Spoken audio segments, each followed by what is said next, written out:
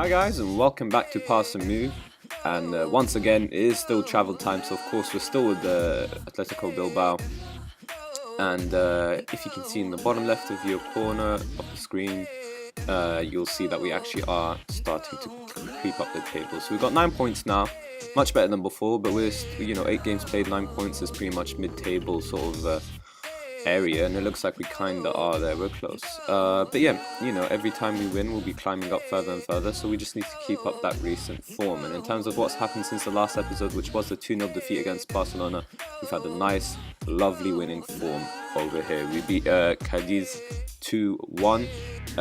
They actually managed to score first, but Iker Muniain and Asier Villelibre also managed to score a winner in the 89th minute. It was very, very good, of course.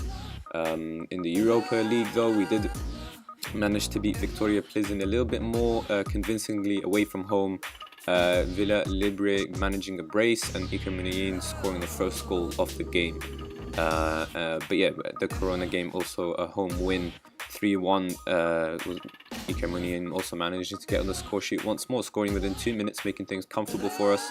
But Fajr here from Corona decided to make things a little bit difficult, but only lasted for 3 minutes before Ruel Garcia scored a penalty. And finally, Gorka Elizondo scored in the 86th minute to make things a little bit more comfortable for us. Away from home, against the favourites, Real San Sebastian, we managed to get a 1-0 win despite all odds. Ismael Lopez scoring in the 79th minute. And as you can see, at the time, San Sebastian were actually in the Champions League spot, so they were, ahead of us in terms of form and points. I don't think they necessarily deserved the game. I think we did actually play better than them. We managed to hold on to the 1-0 result as well. And let's have a look at more details of the stats, to be honest. I guess you could say they probably deserved it more, actually, now that I look at it here. But it's just, during the highlights it didn't really show much, I guess. But in terms of shots on target, we've both been pretty poor here, 3-1, and despite our high numbers of shots. But anyways, we are going to get the Europa League game for you here against Krasnodar. In terms of how our group looks now, we are leading by 6 points. Not leading by 6 points, we're leading with 6 points. We've got 6 points. It's just been 2 games, of course, but we did manage to beat Newcastle and Victoria. So if we beat Krasnodar, it means we've beaten everyone in our group. And of course, we will be a bit comfortable up there. I think Victoria will probably beat Newcastle. So I think that would leave us basically 6 points ahead of everyone else. But yeah, I think we can just get into today's game. And let's have a look at whether we're favourites or not just yet, and then that will decide basically our tactics, whether we'll be starting on the counter or not. In some of our other games, we just went straight into control. It didn't make sense to stay on the counter from the beginning. But against Real San Sebastian, we were actually they're playing a pretty tough formation to play against as well. Flooding the midfield. We'll have to keep an eye out on Pereira. That's exactly what we're actually going to do now. But yeah, it looks like we're favourites for this game. Against San Sebastian, we started on counter because it made sense. We are favourites here today. We are at home. And I expect us to get a good result based on recent form. Inaki Williams also coming back from injury. We'll go through the team sheet here as I change things around a little bit. We can go into control. We're going to push up our wingers because they're more comfortable playing there in the first place. Williams likes playing as a winger, but Muniain, of course, has always been an inside forward, so we'll be switching him up, pushing up Ismael Lopez as well as a wing back, and push up our full-back. Garcia, Binat in midfield, Unai Lopez. Villelibre is actually not comfortable as a target man, so we'll switch him around to an advanced forward again. And I think we'll have to play with Unai Lopez on the support duty. Now that looks just about right. Everyone looks to be comfortable. He prefers playing on the right. He prefers playing on the left. That's perfect. Everyone's pretty much in their correct role. So I think we can finally kick off here. Actually, we forgot to put money on attack. And I think we're ready for kickoff. So let's see what the boys can do this time. Hopefully we can manage a win on camera, of course. We've won our last 4 games off camera, but this one's the one that matters for you guys. And it's pretty crucial for us too. Of course, 3 points is always a good thing, always crucial, no matter how far ahead you are. We are only 3 points ahead, so let's not get ahead of ourselves. So, early chance there through Villelibre. but unfortunately couldn't capitalise. Goalkeeper doing well to get off his line quicker. He's actually pretty far out. He's pretty much on the penalty spot, which is a bit unusual.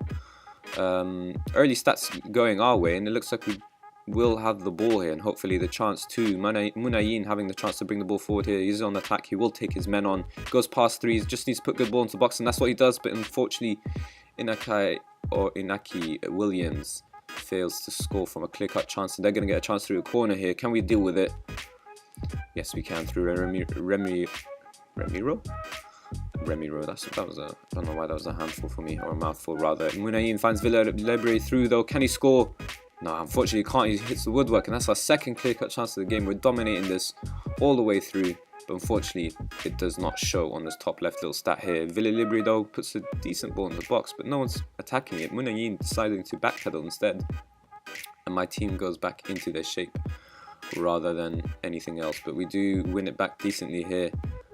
Danny Garcia just needs to find someone here before he loses it. Williams with the ball. Beniat, he almost found Villalibre, but instead it's going to be Krasnodar on the attack here, and hopefully we can deal with it. Instead it's an amazing through ball, and they do have the chance here, and they score of course through their first clear-cut chance of the game, and that is very poor by my team. Actually, it's not a clear-cut chance for some weird reason. But yeah, this is just poor defending, really, nothing to do with tactics. Both centre-backs just completely leave him. San Jose was actually preoccupied with him, even though he had his full-back there. And Bilbao, for some reason, just left his man completely. They are playing with 2 men up front, of course, so it can get a bit confusing sometimes. And immediately, as you can see here, they've gone into the defensive part of their formation. There is a highlight, though, so do they hit us on the counter, or do we hit them on the counter? Can we win this ball back, boys? Come on. Can't go 2-0 down after having 2 clear-cut chances and dominating most of the game. Ahmedov, though, thinks differently. He finds Smolov through, and it is Pereira. But thankfully, that is poor, and apparently that's their first clear-cut chance of the game. I would think otherwise. But yeah, I guess it's getting up to the point where it's pretty even. They've shown that they're just as dangerous as us. Alex Romero here, our goalkeeper, struggling with his rating. It looks like he's had a poor game today. I wouldn't necessarily say so. Maybe the first goal he could have done a bit better, but to be honest, it was more of a defensive lapse than anything. Unai Lopez struggling with his rating too. We do well to clear the ball, but unfortunately it seems like we can't really hold on to it much. I don't expect us to do it with us playing on a high tempo more directly, but I do expect us not to just bang the ball forward at the same time. We do have a ball playing midfielder, of course, ball playing centre back, sorry, and it is rather Krasnodar who are keeping composed, and that's definitely a composed finish if not anything else. And it looks like we have a decision to make here. Either we go into attacking, which I do think we should do, or we go into the counter and try to deal with this threat here. This really shouldn't be as it is here. I told my players I expect them to win, and it's all just falling apart from us. Remiro taking much of the blame here, despite him not really being at fault. We've got some poor performers here. Sorry, our goalkeeper, our attacking midfielder, and our striker. Of course, that's some heavy things to deal with. I'm tempted to take off my goalkeeper. I actually think I will for Kepa. Unai Lopez. I rarely take off a goalkeeper, but I'm sorry, I've just noticed recently that if anyone comes into halftime with less than 6.5 rating, almost always they never recover from it. So it just makes sense to just get them out the way here. Obviously I have to tell my players off a little bit as well. Let's see if they can respond in the second half. You know, if they score 2 in one half, we can score 3 in the second, or even at least match them. It looks like I forgot to take off my strike for some reason. Why is it not letting me do that? There you go. Alright. Let's see what we can do here. We're going to have to switch up tactics a little bit. Gara is actually more comfortable as a target man, so we'll play him on support as well to bring in other players that are involved. And maybe we can witness a better second half here. Krasnodar feel comfortable to come out of their little shell there, no longer playing defensive, and considering how they scored twice, once on a defensive mode, it's no surprise that they think they can do something here. They can do more damage. If they win here, of course, we'll all be equal on 3 points. I think we'll be the only ones on 6 points. But yeah, nothing's really changing here, and things are looking dangerously out of our league. Williams, you just need to put a good ball into the box. Instead, he loses out to Pereira. But Garay still got it. Ruel Garcia, poor shot. I would consider that as a clear-cut chance, but the game doesn't think so. Either way, decent chance, but once more we haven't capitalized on it, and it looks like unless we step things up somehow like this. Williams, come on. Yes, Garcia gets his goal, and that's exactly why you make those early substitutions if you're having some poor performers. But in truth, we should have been ahead way earlier. Williams just so composed. 3 players coming at him. Instead of shooting it blindly, he passes it to Garcia, and that's one hell of a place shot. And he is apparently 2nd division. Oh no, wait, that's our attacking midfielder. I thought he was our striker the whole time. Either way, 70th minute. Looks like we're going to get another chance here. Can we get an equaliser and possibly a winner? Good ball into the box. Munayin. He couldn't creep it in. Instead, it hits the woodwork. And how unlucky have we been so far in this game? We're dominating once more. That is a clear-cut chance, but unfortunately, it's not in the box. It's not in the net once more. And Binayat finds Garcia. Danny Garcia, come on. Munayin. He just loses out instead, and it is Krasnodar who are on the counter here. Can we deal with a threat? Yes, we can. Binat. You know what? I actually want to quickly remind Garcia. I can't do it for some reason.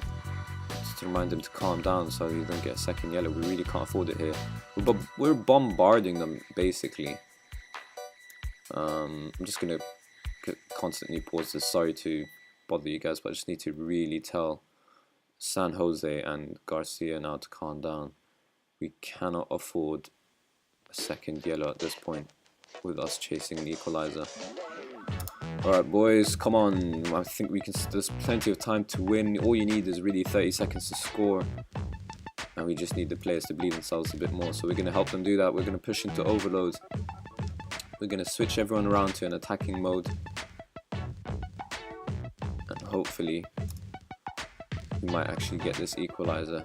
83rd minute. Is it our way? Is it their way? Munayin, Benyat. Back to Munayin. Long range shot. Another one again, and he squeezes it into the post. Into the net, rather. Right in the post. We're going to get another chance to see exactly what just happened. But goalkeeper, I don't think he stood a chance. Munayin with a long range shot there, and then just one more. This one's more about placing it. Huge deflection. Huge deflection. I think it'll definitely still count as his. We're going to stay on overload to try and get a winner. They're staying defensive. They're worried about losing all 3 points here, but it actually looks like it'll just be a 2-2 draw. And considering us being 2-0 down, not bad, but we certainly could have done better. We should have won the game. And Williams, one last good ball into the box. Come on, Williams. Composure. As you can see, he was exhausted by the end of the game there, so it kind of explains that. But look at that, half-time ratings and then full-time ratings. A lot of these are much more improved. This one's considered a quiet game, and these ones here are considered solid. 6.8 and above is considered solid. 7 and above, of course, is a fine game. It's only Danny who just maintained having a quiet game throughout. So a lot of the team did respond. Kepa, our goalkeeper, had a 7.0 rating, so that's much better than our Ramiro. Garcia, the substitute, 7.3, managing to get on the score sheet as well.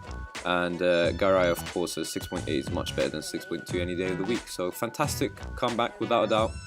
Can't really tell the players off despite us being favourites here. Krasnodar really did surprise us, but we still lead. Newcastle did actually beat Victoria, so it's going to be a tough 3 games left over. But yeah, you know, we just have to keep trying to get our wins, and that's all we need to do. We're going to be here, of course, 5 games time from here as always. That's 1, 2, 3, 4, 5 against Valencia. That will be a very interesting game considering where they are as well in this season. They're 10th currently. By the time we reach there, probably things will change a little bit, but hopefully we'll be close by them, so it'll be a very crucial game. You know, it was always interesting playing Valencia, of course. Let's have a quick look at how they've done so far this season. Actually, 10th spot, 2 wins, 4 draws and 2 losses. We've actually managed more wins but also more losses, and so far it looks like we're the only team, I think. You know, Sevilla also failing to draw. Sometimes draws can be worse than losses, if you ask me, to be honest, because when you just lose, it's just, you know, well, obviously not if you lose this often, but when you lose, it's just 3 points and it's not too often. But if you draw way too often, like if you end the season with probably, I don't know, like 12 draws, that can sometimes be worse than just like, for, let's say, 3 losses or something. So yeah, you do have to keep an eye out on draws, and I guess, you know, this pretty much shows our philosophy, which is go all out or lose. So for some of these games, we, like against Levante, we actually tried to chase the equalizer, the winner, rather than just maintain the draw. So we lost. Atletico Madrid, I believe we did actually lead that game, and rather than playing it safe, we just, you know, I think, if I remember right, I'm probably remembering this wrong if you ask me, but we did try and go all out, and they hit back with the 3 goals. Anyways, that will be all for today's episode. So as I mentioned, we'll be back against Valencia, so if you did enjoy the episode, then please do hit the like button, of course, and hit subscribe for more daily Football Manager 2017 content. And as always, thank you guys for watching.